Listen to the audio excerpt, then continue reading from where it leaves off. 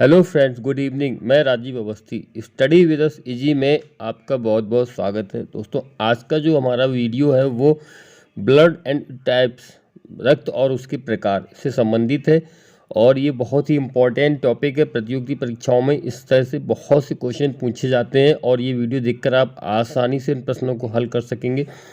इसमें हम लगभग सभी पॉइंट्स को डिस्क्राइब करने की कोशिश कर रहे हैं। वीडियो देखते रहिएगा, चैनल को लाइक और सब्सक्राइब करना मत भूलिएगा। हाँ, तो हमारा पहला प्रश्न है, रक्त क्या है? What is blood? Blood is a flood connective tissue that consist of plasma, blood cells, platelets.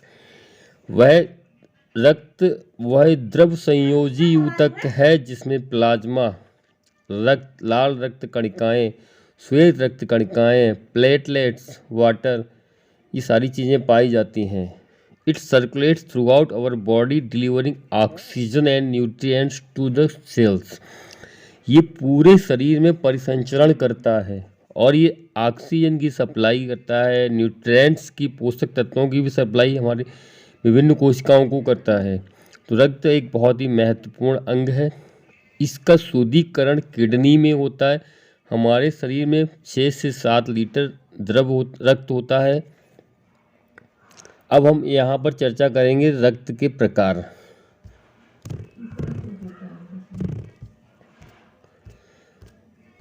उन्नीस सौ में कार्ल लैंड स्टीनर ने रक्त पर खोज की और उसके अलग अलग ग्रुपों का वर्णन किया। उन्होंने बताया कि रक्त एक प्रकार का नहीं होता है, रक्त को हम कई ग्रुपों में विभाजित कर सकते हैं। उसी कार्य के लिए उनको 1930 में नोबेल प्राइज भी दिया गया। उन्होंने बताया कि रक्त में पाए जाने वाले लाल रक्त कणिकाओं के साथ कुछ प्रोटीन के कण भी होते हैं जिनको ग्लाइकोप्रोटीन कहते हैं या फिर एंटीजन कहा जाता है। इसी तरह प्लाज्मा के कण पर भी एक प्रोटीन पाई जाती है जिसको हम एंटीबॉडीज कहते हैं। एंटीजन दो प्रकार के होते हैं, ए और बी। एंटीजन के आधार पर रक्त को 4 वर्गों में बांटा गया है। पहला रक्त वर्ग है ओ, इसमें कोई एंटीजन नहीं होता है। दूसरा रक्त वर्ग है ए, इसमें ए टाइप एंटीजन होता है।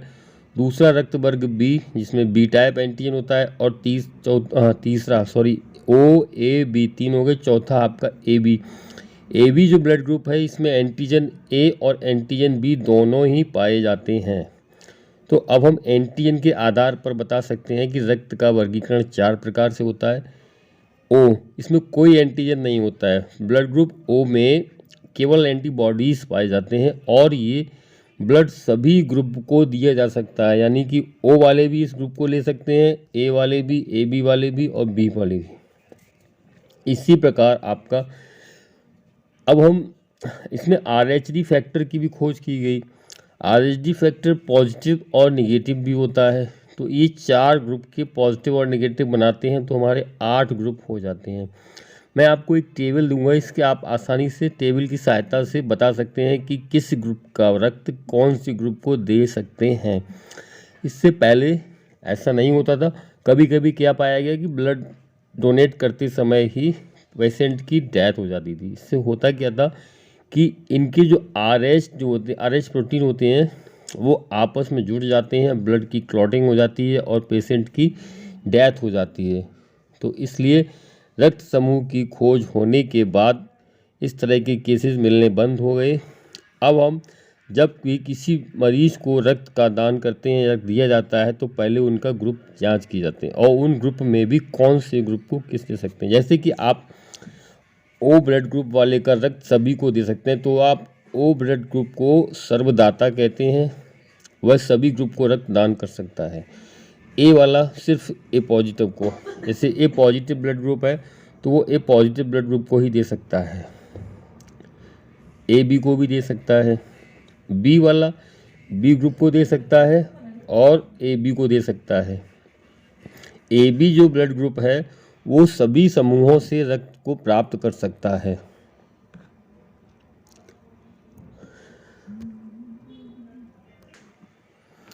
रक्त समूह ए, इसमें एंटीजन ए और एंटीबॉडी बी पाए जाते हैं। रक्त समूह बी, इसमें एंटीजन बी और एंटीबॉडी ए पाया जाता है। रक्त समूह ए बी, इसमें एंटीजन ए और बी पाए जाते हैं, लेकिन इनमें कोई एंटीबॉडी नहीं होता है। और रक्त समूह यानी ब्लड ग्रुप ओ है, इसमें कोई एंटीजन नहीं पाया जाता है और ये दोनों एंटीबॉडी ए और बी में पाए जाते हैं। तो ओ समूह वाला रक्त सभी को दिया जा सकता है क्योंकि इसमें एंटीबॉडी पाए जाते हैं सभी।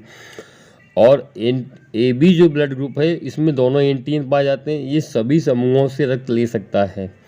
तो इसमें क्या दिया है, ए रक्त समूह रक्त ए को और ओ से रक्त ले सकता है तथा ए को और ए बी रक्त समूह को रक्त दे सकता है। रक्त समूह बी वाला व्यक्ति रक्त समूह बी को और ओ से रक्त ले सकता है, बी से बी को दे सकता है और बी ए बी को रक्त दे सकता है।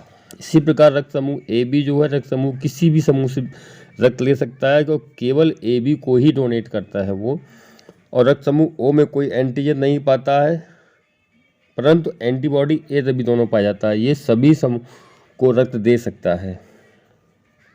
ओ रक्त समूह सिर्फ ओ समूह से ही ले सकता है लेकिन दे सभी को दे सकता है। तो अर्थात ए बी रक्त सर्वग्राही और ओ सर्वदाता कहलाता है। इससे संबंधित कुछ प्रश्न भी कर देते हैं।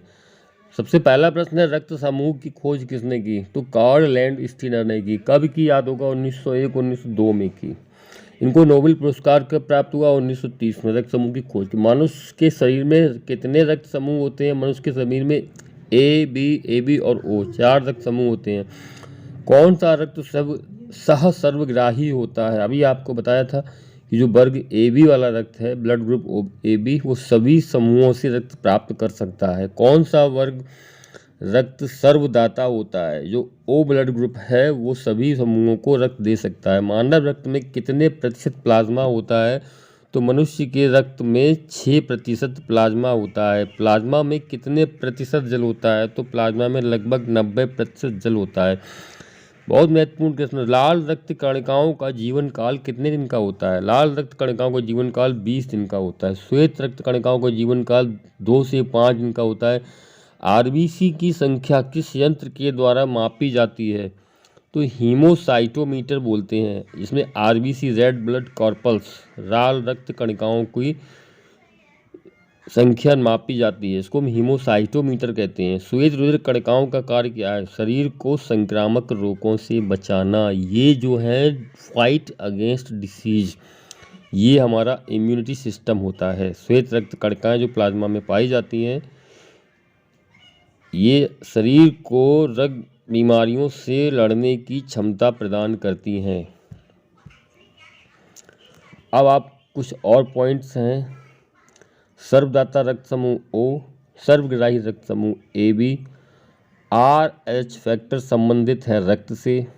रक्त को शुद्ध कौन करता है? वृक्क यानी किडनी। वृक्क का भार कितना होता है? 150 ग्राम। रक्त 1 बिलियन है, क्षारीय विलयन है क्योंकि इसका जो pH मान होता है वो 7 से अधिक होता है, 7.4। हृदय की धड़कन का नियंत्रक किसे कौन है? हृदय की धड़कन का भी आप नियंत्रण कर सकते हैं, उसको पेस मेकर कहते हैं। शरीर से हृदय की ओर रक्त ले जाने वाली रक्त वाहिनी कहलाती है सिरा। शरीर से हृदय की ओर सिरा और हृदय से शरीर की ओर धमनी। तो हृदय से जो शरीर की ओर रक्त जाता है वो शुद्ध रक्त होता है, तो धमनी में शुद्ध रक्त बहता है और सिराओं में अशुद्ध रक्त बहता है। ये भी आपका सामान्य ज्ञान का प्रश्न है। सिरा जो शरीर से हृदय को रक्त ले जाती हैं, सिरा, और ऐसे आप याद कर सकते हैं शरीर से हृदय की ओर रक्त ट्रांसफ़र। और धमनी इसका अपोजिट है, हृदय से शरीर की ओर रक्त ले जाती हैं। जब हार्ट में रक्त क्लियर हो जाता है, शुद्ध हो जाता है, ऑक्सीजन मिश्रित हो जाता है, तो ये शुद्ध रक्त वाला धमनी और अशुद्ध रक्त वाली सिराएं। जराविक सेविन क्या है? जराविक सेविन कृत्रिम हृदय है जो पहली बार ट्रांसप्लांट किया गया था। शरीर में ऑक्सीजन का परिवहन किसके द्वारा होता है? रक्त द्वारा। हीमोग्लोबिन जो कणिकाएं होती हैं वो ऑक्सीजन के साथ संयुक्त होकर ऑक्सी हीमोग्लोबिन बनाती हैं और कोशिकाओं में जाकर के उस ऑक्सीजन का त्याग करके पुनः हीमोग्लोबिन निर्माण हो जाता है और जो अशुद्ध रक्त के रूप में सिराओं के द्वारा बहता हुआ हृदय को जाता है और हृदय में वहाँ से ऑक्सीजन मिश्रित होकर के शुद्ध रक्त होकर धमनियों से बहकर फिर शरीर में फैल जाता है। चैनल को अच्छा लगे तो वीडियो को लाइक और सब्सक्राइब करना मत भूलिएगा। बहुत बहुत धन्यवाद।